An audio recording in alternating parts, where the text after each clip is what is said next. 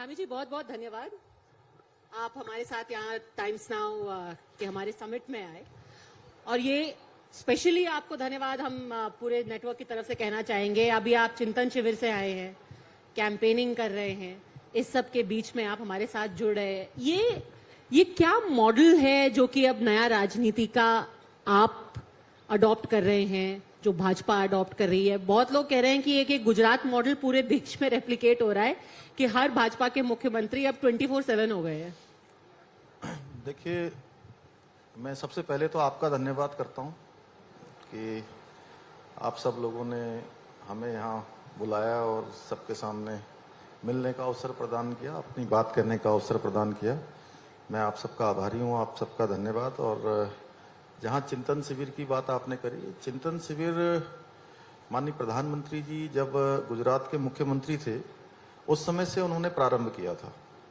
और अब चूंकि चिंतन शिविर में हर राज्य का अपना एजेंडा होता है, हमारे राज्य का एजेंडा है कि 2025 में हमारा राज्य 25 साल का होगा और 25 साल के लिए हम क्या क्या रोड मैप बना सकते हैं, कैसे चीजों को सरल कर सकते हैं, पहाड़ जैसी भौगोलिक परिस्थितियों में कैसे लोगों के लिए आसान पहुंच बना सकते हैं, आसान उनके लिए रास्ता बना सकते हैं, कैसे उनकी समस्याओं का आसान हल कर सकते हैं।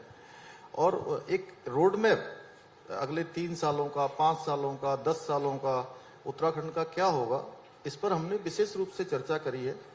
और बहुत सकारात्मक ये हमारा पूरा चिंतन शिविर रहा है। इसके माध्यम से जहां आज हमने प्रदेश की जो आला ब्यूरोक्रेसी थी उनके साथ और जिलों के जितने हमारे मजिस्ट्रेट, डीएम, उन सबको बुलाया था। अब ये जो काम हमने यहाँ ऊपर से शुरू किया है, एक जो मॉडल है, एक रोड मैप है, वो नीचे तक जाए और ये काम हमारे जिलों में भी शुरू हो। जिलों के बाद हमारे ये काम तहसील स्तर पर हो, ग्राम सभा स्तर पर हो, जिससे कि आने वाले समय में हमारे यहाँ पर बहुत सारी प्राकृतिक संपदाएं हैं, उन प्राकृतिक संपदाओं का हम ठीक प्रकार से उसका उपयोग कर पाएं, ठीक प्रकार से लाभ उठा पाएं और आने वाले समय में हम हिंदुस्तान के श्रेष्ठ राज्यों में शामिल हो पाएं। और माननीय प्रधानमंत्री जी ने बाबा केदार की भूमि में 5 नवंबर 2021 को उन्होंने कहा था कि ये आने वाला दशक 21वीं सदी का तीसरा दशक उत्तराखंड का दशक होगा।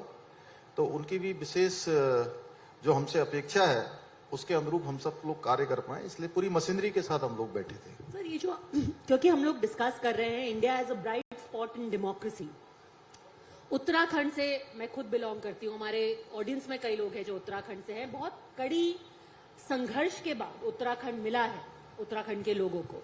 अब जबकि 25 साल हो गए हैं और आप चिंतन शिविर कर रहे हैं, अगले 5 सालों का, अगले 25 सालों का क्या वो रोड मैप है? जो 3 चीजें आपने डिसाइड की हैं, क्योंकि अभी तक जो वहां के युवा हैं उनके लार्जली 3 चीजें रहती हैं जिसको वो लुक फॉरवर्ड करते हैं, या तो आर्मी, या टूरिज्म, देवभूमि है, या तो रिलीजियस टूरिज्म या आपका प्राकृतिक टूरिज्म की वजह से, या फिर आप जो है वहां पर एकेडमिक्स में चले जाए, प्रोफेसर्स एक्सेट्रा। उसके आगे क्या उत्तराखंड के लोगों को अगले 25 साल में आते? देखिए, सबसे पहले तो मैं बताऊं कि अभी उत्तराखंड 22 साल का हुआ है। अभी हमने 22वां स्थापना दिवस अपना मनाया है। 22 साल उत्तराखंड के पूरे हो गए हैं और 25 साल जब पूरे होंगे उस समय के लिए हमने बहुत सारी योजनाएं बनाई हैं कि हम हर सेक्टर में, हर डिपार्टमेंट हमारा कोई ना कोई अपनी बेस्ट प्रैक्टिस दे, जिसके आधार पर पलायन रुकना चाहिए। हमारे माइग्रेशन पलायन बहुत बड़ी समस्या है और पलायन तभी रुकेगा जब रोजगार आएगा। रोजगार को लेकर जहां हम जो हमारे एसएचजीज हैं, स्वयं सहायता समूह हैं, स्वरोजगार के लिए हमने बहुत सारी योजनाएं चलाई हुई हैं। मुख्यमंत्री स्वरोजगार योजना चलाई है, मुख्यमंत्री नैनो योजना चलाई है, होम स्टे को हम लोग प्रमोट कर रहे हैं। इसके साथ साथ हमारे यहाँ वीर चंद्र सिंह गढ़वाली की जो लोन योजना है, ऋण की योजना है, उसमें भी हमने बहुत सारी सब्सिडी का प्रावधान किया है, जिससे कि लोगों को वहां पर रोजगार मिले। और अब रोजगार देखिए, सरकारी नौकरियां वो तो हमारी प्राथमिकता में है ही है कि जितने भी हमारे यहाँ लगभग अभी 20,000 पद खाली हैं, उन सभी पर भर्ती की प्रक्रिया हमने प्रारंभ कर दी है।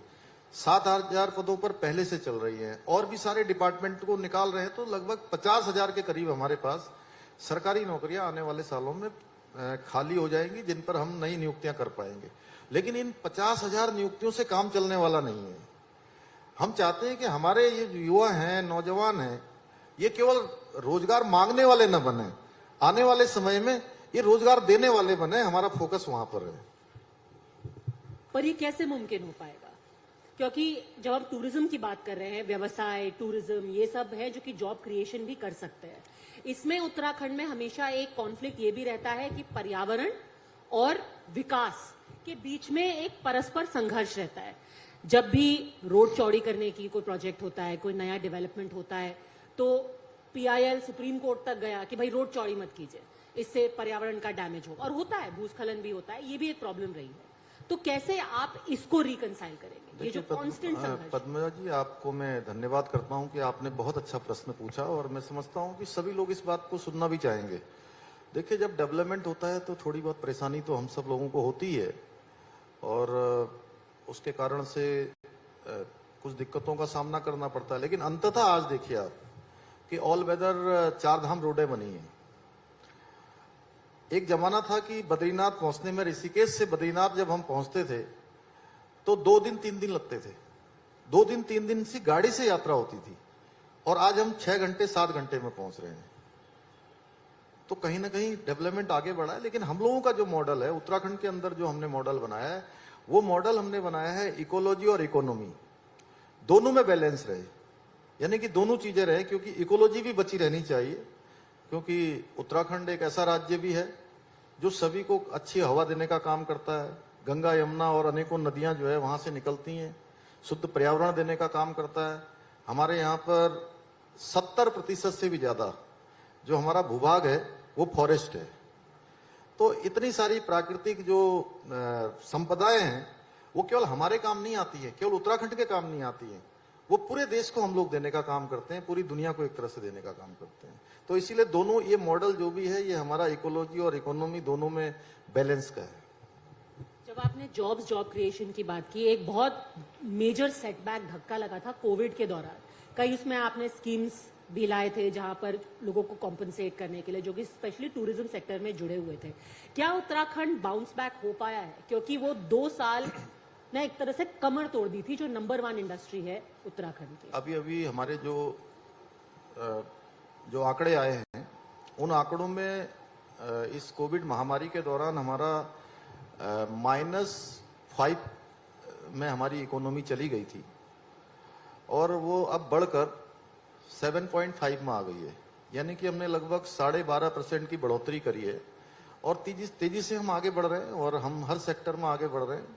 और जो लोग इस महामारी के दौरान पूरे देश भर से जो बेरोजगार हुए थे, वो बेरोजगारी अपनी नौकरी छोड़कर आए थे देश प्रदेशों में। कोई कहीं काम करता था, कोई कहीं काम करता था। हमने उस समय मुख्यमंत्री स्वरोजगार योजना चलाई थी, और उसका परिणाम ये हुआ कि बहुत सारे, कम से कम लाखों लोगों को सीधे सीधे रोजगार से जुड़ने का भी अवसर वहां पर मिला है, अपना रोजगार कर रहे हैं।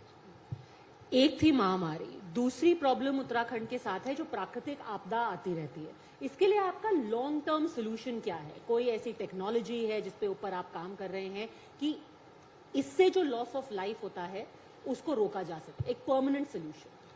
देखिए, इसके लिए हम एक वहां पर डिजास्टर मैनेजमेंट का एक बड़ा अनुसंधान का केंद्र हम लोग वहां पर बनाने पर विचार कर रहे हैं, जिससे कि आपदाओं को हम रोक तो नहीं सकते, लेकिन आपदाओं का जो होने वाला नुकसान है उसको कम कर सकते हैं। उसके पूर्वानुमान हमको मिल जाए, पहले जानकारी मिल जाए। और वर्तमान में हमने आपदा के लिए बहुत तेजी से काम किया। इस बार जितने भी डिजास्टर हमारे यहाँ पर आए, उस पर तेजी से हमारे डिजास्टर मैनेजमेंट ने काम किया, हमारे जिले के सारे ऑफिसरों ने काम किया, और मैं स्वयं भी सभी जगह पर स्वयं मॉनिटरिंग करता रहा। और आपदा के समय में हमने लोगों की सुविधाओं के लिए उनको त्वरित रूप से उपचार मिले, त्वरित रूप से उनको अच्छे अस्पतालों तक ले जाया जाए, जो लोग फंसे हैं उनको निकाला जाए। जहां समय समय पर हमको सेना की भी मदद मिलती है, लेकिन उत्तराखंड सरकार ने भी, हमने अपनी तरफ से 2 हेलीकॉप्टर भी, एक गौचर में परमानेंट रूप से चमोली जिले में, और एक पिथौरागढ़ के धारचूला में, सीमांत क्षेत्र में, अक्टूबर तक हम हेलीकॉप्टर की भी सेवाएं देते हैं। और लगातार रेस्क्यू ऑपरेशन, SDRF की टीम, हमारी हमेशा तैनात रहती है और उसके लिए हमने एसडीआरएफ की अनेकों बटालियनें खोल रखी हैं और बीच बीच में भारत सरकार की भी एनडीआरएफ इनकी भी मदद हमको मिलती रहती है वहाँ पर। थोड़ी राजनीति की बात हो जाए। अभी हमने विकास की बात की एंड विकास और राजनीति ऑब्वियसली हैंड इन हैंड चलते हैं। पहली बात ये बताइए कि आप पे प्रेशर पड़ता है, आप यंगेस्ट मुख्यमंत्री हैं, ऑल्सो थोड़ा पॉलिटिकली इनकरेक्ट सवाल है बट काफी खींचतान रहती है कुमाऊं गढ़वाल के बीच में परस्पर, कुछ और सीनियर नेता भी हैं आपकी पार्टी में, वहां पर प्रेशर रहता है आपके ऊपर constantly, pressure to perform and एक जो इन फाइटिंग की लगातार खबरें आती रहती है, पावर टसल की। आपको लग रहा है मैं प्रेशर में रहता हूँगा?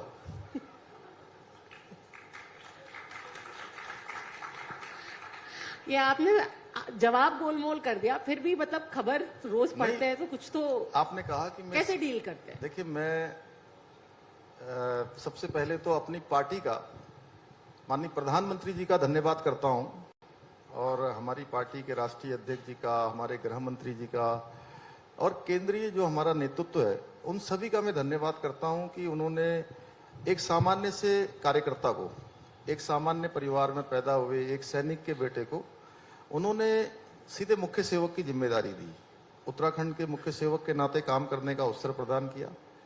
ये जरूर है कि मैं सबसे कम आयु में बना, सबसे कम आयु में मुझे जिम्मेदारी मिली, जहां इस एक चुनौती भी मेरे लिए थी और वहीं पार्टी के जितने भी हमारे सीनियर लोग हैं, क्योंकि जैसे परिवार में छोटा कोई होता है तो उसको सब लोग लाड़ ही तो करते हैं, लाड़ करते हैं ना, तो वैसे ही जो है सारे लोग मुझे भी लाड़ करते हैं कोई नहीं, छोटी मोटी बातें चलती रहती। अच्छा, क्योंकि जब आपका चुनाव लड़ा गया था तो वो डबल इंजन की सरकार के स्लोगन पर लड़ा गया था। एक एडिशनल रिस्पॉन्सिबिलिटी वो भी है क्योंकि जो सक्सेसेस होंगी उसके साथ साथ अगर कभी स्लिप अप होता है तो लोग सवाल ये भी पूछेंगे कि भाई, पुष्कर धामी जिसको सवाल पूछेंगे ये भी पूछेंगे कि भाई नरेंद्र मोदी जी आपने बोला था कि डबल इंजन की सरकार को वोट दो, तो वो भी एक एडिशनल रिस्पॉन्सिबिलिटी है आपके ऊपर। देखिए, लोग देख रहे हैं कि डबल इंजन का क्या फायदा है। डबल इंजन का फायदा मैं गिनाता हूं आपको। देखिए, डबल इंजन का फायदा है कि अभी एक पहले वाले प्रश्न में मैं आपका पूरा जवाब नहीं दे पाया था, जिसमें आपने कहा था कि कोर्ट भी बीच में आ जाता है, लोग माननीय न्यायालय में चले जाते हैं। चार धाम जो ऑल वेदर रोडें बनी हैं उसको लेकर लोग माननीय न्यायालय में गए, हमने सरकार उसके मजबूती से खड़ी हुई कि ये निर्माण कार्य होना चाहिए।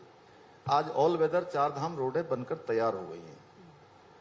लोगों के लिए, पूरे देश दुनिया के लोगों के लिए चार धामों की यात्रा करना बहुत आसान हो गया, बहुत सुगम हो गया, बहुत सरल हो गया। ये डबल इंजन है। डबल इंजन का मतलब है कि केदारनाथ में 2013 में भयंकर आपदा आ गई थी, पूरा केदारनाथ तहस नहस हो गया था। आज वहां पर पूरी तरह से नया निर्माण हो गया है, पुनर्निर्माण हो गया है और आदि गुरु शंकराचार्य जी की समाधि से लेकर अनेकों काम भव्य और दिव्य केदार बन गया है। ये डबल इंजन का है। डबल इंजन का मतलब है बद्रीनाथ में मास्टर प्लान पर काम शुरू हो गया है। डबल इंजन का मतलब है जो हमारे सिखों का बहुत बड़ा धार्मिक स्थल हेमकुंड साहब, जहां की यात्रा 16 किलोमीटर की कठिन यात्रा 2 दिन 3 दिन 4 दिन लगते थे।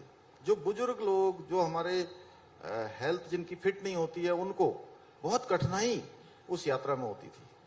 वहां आज आने वाले समय में लिफ्ट की योजना बन गई है, माननीय प्रधानमंत्री जी ने उसका शिलान्यास कर दिया। ये डबल इंजन का है, यह भी डबल इंजन है। डबल इंजन यह भी है, गौरीकुंड से केदारनाथ जाने के लिए वह भी केबल कार की व्यवस्था होने जा रही है, यह डबल इंजन है। डबल इंजन का मतलब है ऋषिकेश में एम्स चालू हो जाना। डबल इंजन का मतलब है उत्तराखंड में ही दूसरा एम्स कुमाऊं रीजन के लिए भी स्वीकृत हो जाना, यह डबल इंजन है।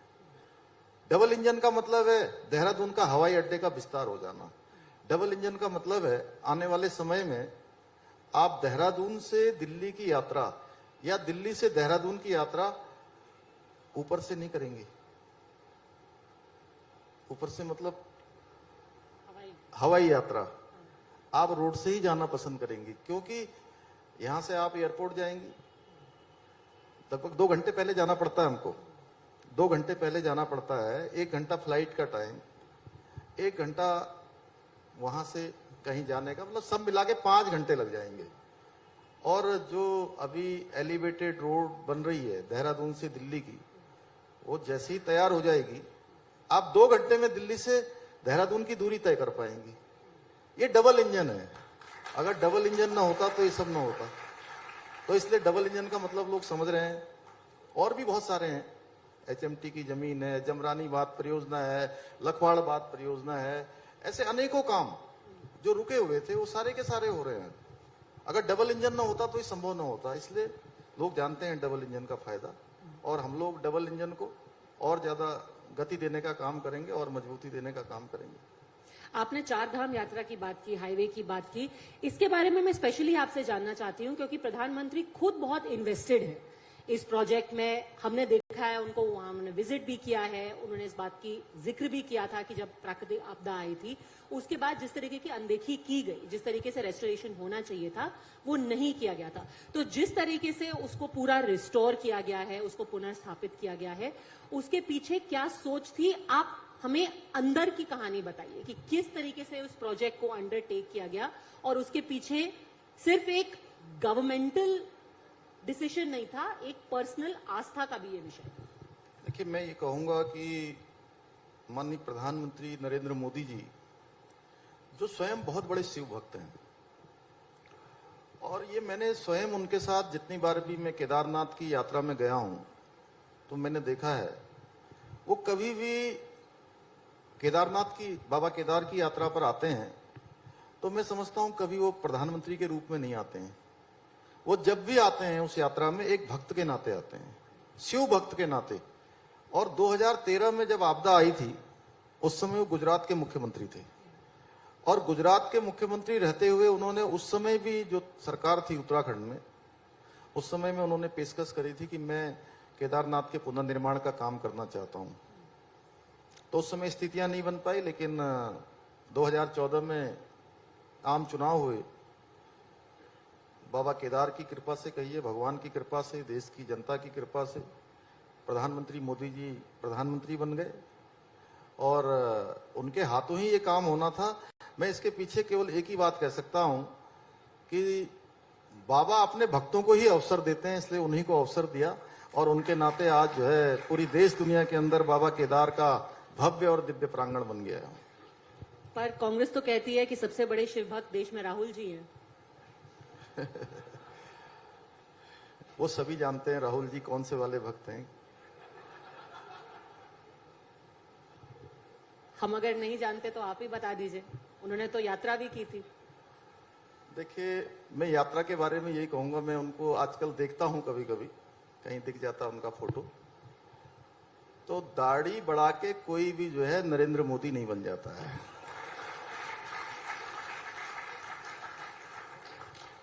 तो आपको दाढ़ी के पीछे नरेंद्र मोदी जी बनने का उनका सपना दिख रहा है? नहीं, नरेंद्र मोदी बनने के लिए देखिए जीवन में अनुशासन चाहिए, जीवन में त्याग चाहिए, जीवन में कर्म चाहिए, और स्वयं को तपाना पड़ता है, स्वयं को लगाना पड़ता है, और जीवन में वो संकल्प चाहिए कि जीवन के एक एक क्षण को, एक एक पल को केवल और केवल देश की सेवा में, लोगों की सेवा में, मां भारती की सेवा में अर्पण करना पड़ता है, जो नरेंद्र मोदी जी ने किया है। जब आप अपने स्टेट के डेवलपमेंट की बात करते हैं, प्रॉब्लम ये होती है कि जो भी स्टेट पर्यटन के ऊपर डिपेंडेंट होता है अपनी इकोनॉमी के लिए, आपने इकोनॉमी इकोलॉजी के बैलेंस की बात की थी। एक तो बात हो गई कि आप कैसे रोड वगैरह बनाए, दूसरा ये होता है कि at what point do you decide कि ये शहर खराब हो रहा है।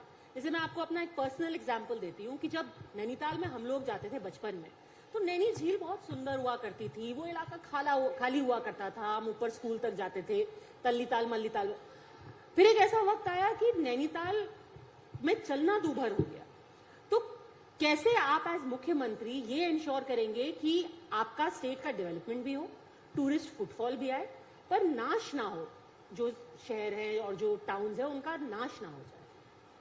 देखिए, मैं शुरू में ही मैंने कहा कि हम चाहते हैं कि जो हमारी पौराणिक चीजें हैं वो बनी रहें, जो हमारी पहले से चली आई संपदा है उस पर कोई भी छेड़छाड़ न हो। मैं इस बात को भली भांति महसूस करता हूं और भली भांति अपने कार्य व्यवहार में ला रहा हूं। जहां तक नैनीताल शहर की बात है, वो नैनीताल आज भी दुनिया के सबसे खूबसूरत शहरों में से एक है। लेकिन जिस प्रकार से आबादी का एकदम से बोझ बढ़ा है, जनसंख्या बढ़ी है, उस पर दबाव बढ़ा है और राज्य गठन के बाद तेजी से दबाव बढ़ा है।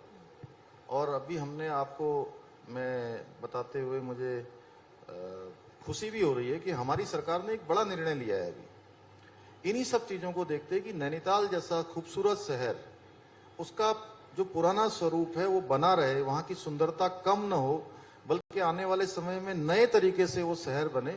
उसके लिए हमने जो एक बहुत बड़ा दबाव होता था नैनीताल हाई कोर्ट का, उस हाई कोर्ट को नैनीताल से शिफ्ट करने का निर्णय लिया है कि हम उसको हाई कोर्ट को जो है हल्द्वानी शिफ्ट करेंगे, जिससे कि आने वाले समय में जो दबाव है उस सरोवर नगरी में, उस पर्यटन की नगरी में, वहां पर न पड़े। लोगों के लिए अच्छा आवागमन हो, उनको पार्किंग का अच्छा स्थान मिले, रहने का अच्छा स्थान मिले, आने वाले जो सैलानी हैं उन सभी को एक अच्छा माहौल मिले, पर्यटन का एक अच्छा वो शहर मिले जिसके लिए वो जाना जाता था। तो उस दिशा में हम काम कर रहे हैं और अभी हाल ही में हमने निर्णय लिया है, बड़ा निर्णय लिया है। देश के कई हिस्सों में एक आध्यात्मिक सर्किट बनाने की बात हो रही है, जैसे कि एक रामायण सर्किट की बात हो रही है, यहाँ पे मथुरा वृंदावन को जोड़ने की बात हो रही है। जब उत्तराखंड की बात करते हैं, देवभूमि उत्तराखंड है, बट वहां पर कुछ ही ऐसे मंदिर हैं, कुछ ही ऐसे तीर्थ स्थल हैं जो कि ज्यादा प्रचलित है।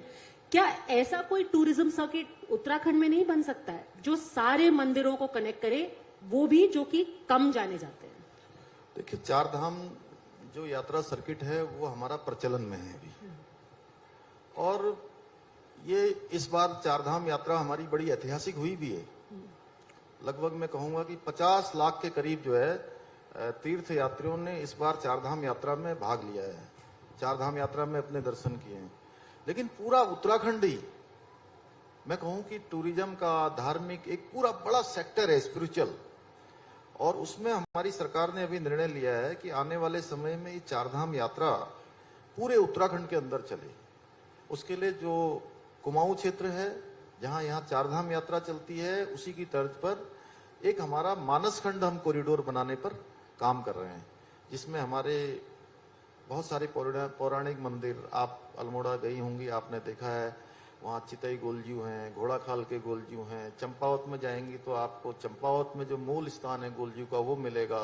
माँ पूर्णागिरी का स्थान है, बाबा नीम करोरी का स्थान है, हाट कालिका का स्थान है, पाताल भुवनेश्वर है, बैजनाथ धाम है, जागेश्वर है, बागेश्वर है, कोटगाड़ी मैया का मंदिर है, रणकोची मैया का मंदिर है, माँ बाराही का जो बगवाल खेली जाती है, पूरे उसमें लाखों लोग भाग लेते हैं।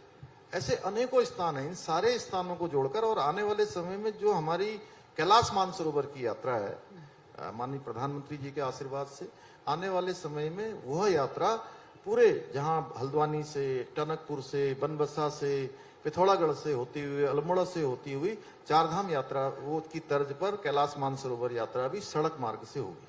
कब तक हो पाएगा ये? जल्दी ही होगी, उस पर काम चल रहा है। अच्छा, उत्तराखंड का एक और बहुत बड़ा विषय था जो अग्निवीर स्कीम आई थी, काफी उसको लेके प्रोटेस्ट हुआ, और उत्तराखंड जैसे राज्य के लिए ये बहुत जरूरी है क्योंकि like I said in the beginning, शायद ही कोई ऐसा गांव होगा जहां के लड़के जाकर के फौज में भर्ती नहीं होते होंगे। क्या आपको डर है कि अभी भी उसको लेकर के रिजेंटमेंट और गुस्सा है कि ये 4 साल की स्कीम हो गई है? देखिए, उत्तराखंड के लोग बहुत राष्ट्रवादी हैं और ये सभी को शंका थी शुरू में कि अग्निवीर जब आई थी तो लोग इसको किस रूप में लेंगे, लेकिन उत्तराखंड के लोगों से हमने सबसे पहले जनसंवाद शुरू किया था। जनसंवाद हमने, जो हमारे सैनिक थे, पूर्व सैनिक थे, उनके साथ 13 के 13 जिलों में हमने संवाद के कार्यक्रम प्रारंभ किए और उत्तराखंड के अंदर कहीं पर भी विरोध जैसी कोई स्थिति नहीं आई, क्योंकि उत्तराखंड के लोग राष्ट्रवादी हैं और हमेशा से सेना एक बहुत बड़ा माध्यम है उत्तराखंड के लोगों के लिए, उनके लिए परिवारों को चलाने के लिए, या मैं कहूँ आजीविका को चलाने के लिए। सेना में हमारे यहाँ से प्रत्येक परिवार से कोई न कोई है, किसी की बेटी है, किसी का बेटा है, किसी के चाचा हैं, ताऊ हैं, मामा हैं, भांजे हैं, देश के किसी न किसी कोने में अपनी अपनी सेवाएं दे रहे हैं। इसलिए उत्तराखंड के लोग जानते हैं और सबने माननीय प्रधानमंत्री जी का धन्यवाद किया है कि अधिक लोगों को अधिकाधिक अवसर मिलेंगे और एक व्यवस्थित जीवन शैली अग्निवीर के बाद आएगी। और हमने उत्तराखंड सरकार ने तय किया है कि जो लोग भी अग्निवीर में अपनी सेवा देने के बाद आएंगे उनको हम उत्तराखंड के हर सेक्टर में प्राथमिकता देंगे। पुलिस में, एसडीआरएफ में, चार धाम यात्रा मार्ग में, आपदा प्रबंधन के क्षेत्र में, जो भी हमारे उपनल में, उन सभी को हम प्राथमिकता से जो है वहां पर सेवा का अवसर प्रदान करेंगे। और देश के पहले जो हमारे सीडीएस थे वो खुद ही was the son of Uttarakhand. So अभी वाले सीडीएस भी और पहले वाले जनरल रावत साहब तो थे ही, और अभी बने जो चौहान साहब वो भी है। And that just shows the kind of bond that the armed forces have with the state of Uttarakhand. But Uttarakhand has so much going for it. हमेशा एक राज्य रहा है जहां पर सांप्रदायिक भी सद्भाव हमेशा से रहा है। उसके बावजूद उत्तराखंड में यूसीसी जैसी लॉ की और यूसीसी जैसे मुद्दे को उठाने का क्या मतलब है? वहां पे तो कभी ऐसी प्रॉब्लम रही ही नहीं है। पद्मजा जी, अभी आपने बहुत ही अच्छा प्रश्न किया, और मैं बताना चाहता हूं कि 14 फरवरी 2022 को हमारा जनरल इलेक्शन होने वाला था, और 12 फरवरी को मैंने उत्तराखंड की जनता के सामने संकल्प रखा था कि हमारी नई सरकार के गठन होते ही हम सबसे पहले उत्तराखंड के अंदर कोई काम करेंगे तो हम उत्तराखंड के अंदर समान नागरिक संहिता, यूनिफॉर्म सिविल कोड को लाने के लिए ड्राफ्ट बनाएंगे, उस पर काम करेंगे और ड्राफ्ट को लागू करेंगे। इसके पीछे मैंने तर्क दिया था कि उत्तराखंड देवभूमि है, उत्तराखंड गंगा, उत्तराखंड यमुना का प्रदेश है, उत्तराखंड सैनिक बाहुल्य प्रदेश है, प्रत्येक परिवार से कोई न कोई सेना में है, उत्तराखंड 2 अंतर्राष्ट्रीय सीमाओं से लगा हुआ प्रदेश है, उत्तराखंड धर्म, संस्कृति, अध्यात्म का केंद्र है। तो उत्तराखंड के अंदर रहने वाला कोई किसी जाति का हो, किसी धर्म का हो, किसी संप्रदाय का हो, हम सभी के लिए एक समान कानून लागू करेंगे, क्योंकि ये सब व्यवस्थाएं बचानी है।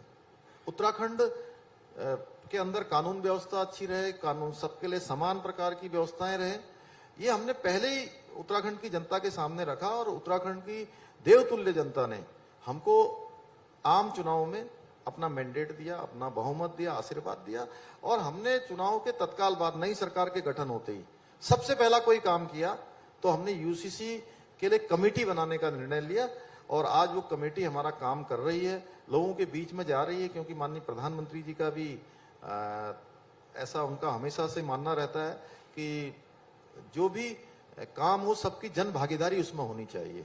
और आज हमारी जो कमेटी है वो लोगों से बात कर रही है, लोगों के बीच में जा रही है, ड्राफ्ट बना रही है, और जैसे ही उनका ड्राफ्ट बनकर तैयार हो जाएगा, उत्तराखंड पहला राज्य होगा गोवा के बाद जहां यूनिफॉर्म सिविल कोड हम लागू करेंगे।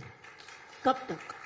बहुत जल्दी लागू करने वाले हैं। कमेटी ने 6 माह का कालखंड अपना पूरा कर लिया है, और चूंकि इसमें टाइम लग रहा है, हम सारे हितधारकों से, जितने भी स्टेक होल्डर्स हैं, उन सभी से भी बात कर रहे हैं, और जनसंवाद के भी कार्यक्रम कर रहे हैं, लोगों के भी विचार ले रहे हैं। बट सर, कोई एक टाइमलाइन होगी? मैं इसलिए ये बार बार सवाल पूछ रही हूँ क्योंकि थोड़ा सा सिनिसिज्म आ जाता है लोगों में। अभी देखा हमने कि भाई जैसे ही चुनाव पास आए वैसे अब गुजरात में भी यूसीसी की बात, हिमाचल में भी यूसीसी की बात, उत्तराखंड में यूसीसी की बात हुई चुनाव के जस्ट पहले। अब 6 महीना हो गया चुनाव का, अब लोग पूछ रहे हैं कब, कितना टाइम लगेगा? इसमें देखिए, अभी 4 महीना हुआ है हमारी कमेटी को, 4 महीने का कालखंड हुआ है, और हम ऐसा मानते हैं कि जो भी काम होना चाहिए, केवल अगर चुनाव के लिए होता तो चुनाव के बाद तो हम, चुनाव में सरकार बन गई थी, फिर हम क्यों करते? फिर 5 साल बाद पूछेंगे ना आपसे। नहीं, हम अभी करने वाले हैं, अगले 6 महीने में हम इसको ले आएंगे। 6 महीने का टाइम आपने बोला है, हम अगले कॉन्क्लेव में आपको फिर बुला के पूछेंगे। बिल्कुल। हाल में बहुत ही एक जो सुप्रीम कोर्ट का फैसला आया था, उसमें हमने टाइम्स नाउ पे आपसे बात भी की थी। उत्तराखंड की एक बेटी छावला में, उसके साथ निर्भया से भी ज्यादा डरावना, दर्दनाक उसके साथ हादसा हुआ, उसके साथ क्राइम हुआ, और फिर उसके जितने रेपिस्ट थे सबका ना सिर्फ डेथ सेंटेंस कम किया गया, उनको छोड़ दिया गया। उत्तराखंड की जनता आपसे पूछ रही है, आप एलजी के पास गए उनके पिताजी के साथ, क्या उत्तराखंड की बेटी को न्याय मिलेगा? कब मिलेगा? देखिए, माननीय न्यायालय का जब भी फैसला आया, सभी स्तब्ध थे, हम सब स्तब्ध थे कि ये निर्णय किस प्रकार का हो गया। और उसके बाद हमने सभी से बात करी है, और बात करने के बाद मैं धन्यवाद करना चाहूँगा एलजी साहब का कि उन्होंने पुनर्विचार याचिका के लिए अपनी सहमति प्रदान की, अपनी स्वीकृति प्रदान की है। और हम पूरी तरह से अपनी बेटी के लिए, पूरे उत्तराखंड की बेटी है, वो देश की बेटी है, उनके माता पिता के साथ खड़े हैं, परिवार के साथ खड़े हैं, और उसके न्याय के लिए जहां भी हमें खड़ा होना होगा हम पूरी तरह से 100% उनके साथ खड़े हैं। जितने हमारे एफर्ट्स होंगे हम जरूर करेंगे उसमें। और आपको क्यों लगता है कि एक जो क्राइम जो इतना जघन्य था, जिस तरीके की डिटेल्स हम बोल भी नहीं सकते हैं, उसके साथ उस तरीके की बर्बरता की गई, किस वजह से, क्या जो शॉर्टकमिंग थी वो दिल्ली पुलिस की तरफ से हुई है कि जो सारे अक्यूज थे, जो सारे कॉन्विक्ट्स थे, उनको इस तरीके से छोड़ दिया गया?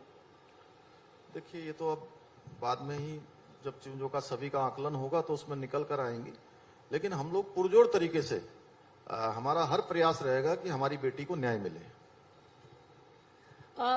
मैं आपसे एक दो सवाल और ऑन द ब्रॉडर पिक्चर पूछना चाहती हूँ। उत्तराखंड, जब हम यूजुअली एलएसी की बात करते हैं तो एलएसी में यूजुअली लद्दाख की बात होती है, अरुणाचल की बात होती है, बट हम बॉर्डर शेयर करते हैं उत्तराखंड में भी। और वहां पर कुछ महीने पहले एक डिसएग्रीमेंट हुआ था लिपुलेख को लेकर के भी। क्या अभी स्थिति है बॉर्डर पे, और क्या ये एक चिंता का विषय है आपके सामने कि इस तरीके के नए नए इश्यूज बार बार उठाए जा रहे हैं, बिकॉज ये लार्जली एक सेटल्ड बाउंड्री थी? देखिए, वो तो पूरे देश के अंदर, चूंकि जो लद्दाख का बॉर्डर हो या सियाचिन का बॉर्डर हो या लिपुलेख का बॉर्डर हो, जहां भी इस प्रकार की स्थितियां हैं, वहां पर जो स्थितियां उत्पन्न हुई हैं वो सबके सामने है। लेकिन हमारी सेना बहुत बेहतर काम कर रही है। हमारे जो लोग, जो सीमा पर रहने वाले लोग हैं, वह भी सेना के साथ साथ केवल एक नागरिक के रूप में नहीं, नागरिक के साथ साथ दोहरी जिम्मेदारी का निर्वाह कर रहे हैं, क्योंकि सीमांत के प्रहरी भी बने हुए हैं। इसलिए हमारे देश की सीमाएं सुरक्षित हैं। माननीय प्रधानमंत्री जी के नेतृत्व में पूरे देश की सीमाएं सुरक्षित हैं। देश के सैनिक अपने मोर्चों पर तैनात हैं, उनका मनोबल बढ़ा हुआ है। और लिपुलेख में भी ये स्थिति है। लगातार हमारे वहां पर जो विकास के कार्य हैं, उस वहां तक जाने की योजनाएं हैं, परियोजनाएं हैं, सब पर काम चल रहा है तेजी से। India Nepal border. आखिरी में आपसे पूछूंगी कि आपका, इन एडिशन टू आपने जो कार्यभार आपका है एज चीफ मिनिस्टर, उसके अलावा आपको एक एडिशनल रिस्पॉन्सिबिलिटी दी गई है स्टार कैंपेनर के तौर पे भी। आपके thoughts before I let you go, क्या होने वाला है दिल्ली के चुनाव में?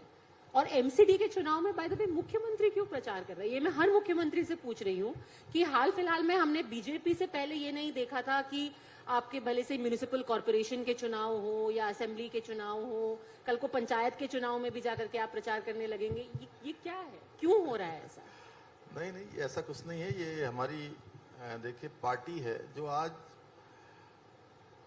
बूथ से नीचे जो पन्ना प्रमुख होते हैं वहां तक हमारी पार्टी चली गई है।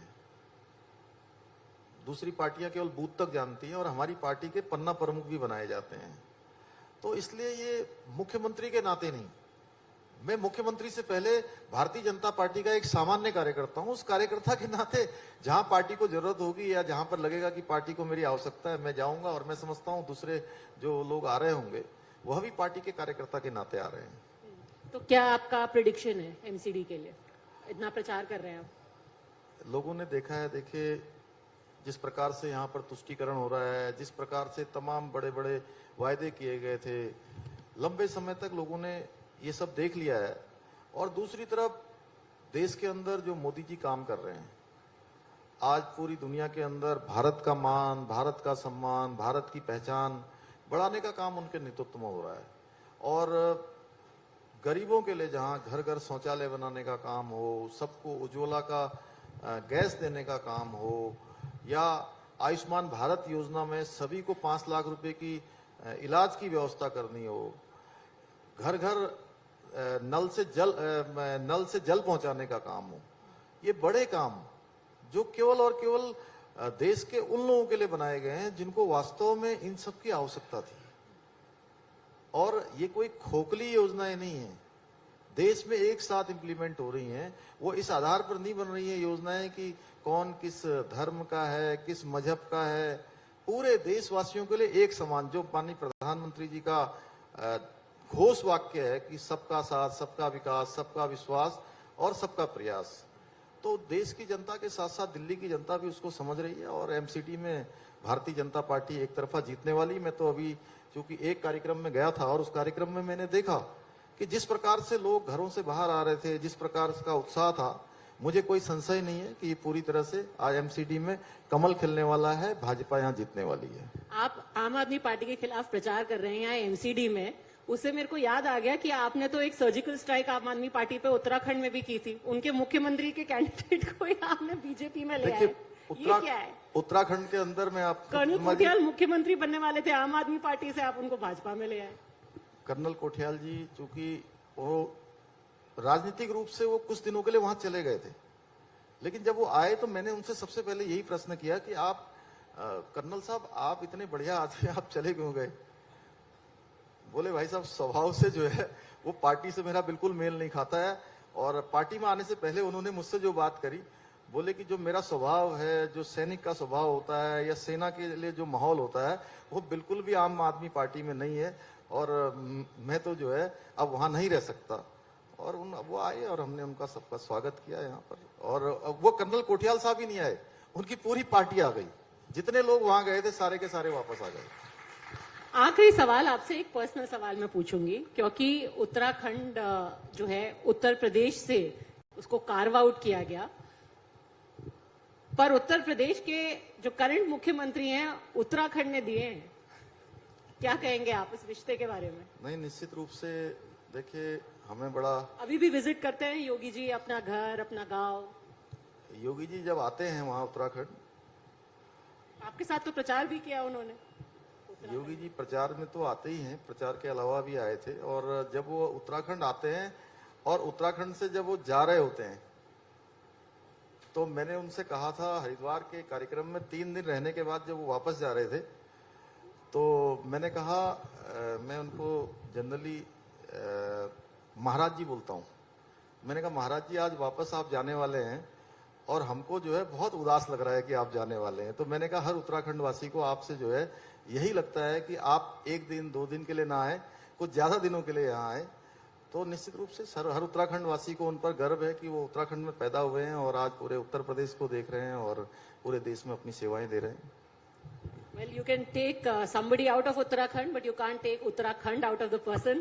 Thank you very much, Pushkar Dhami जी, हमसे बात करने के लिए।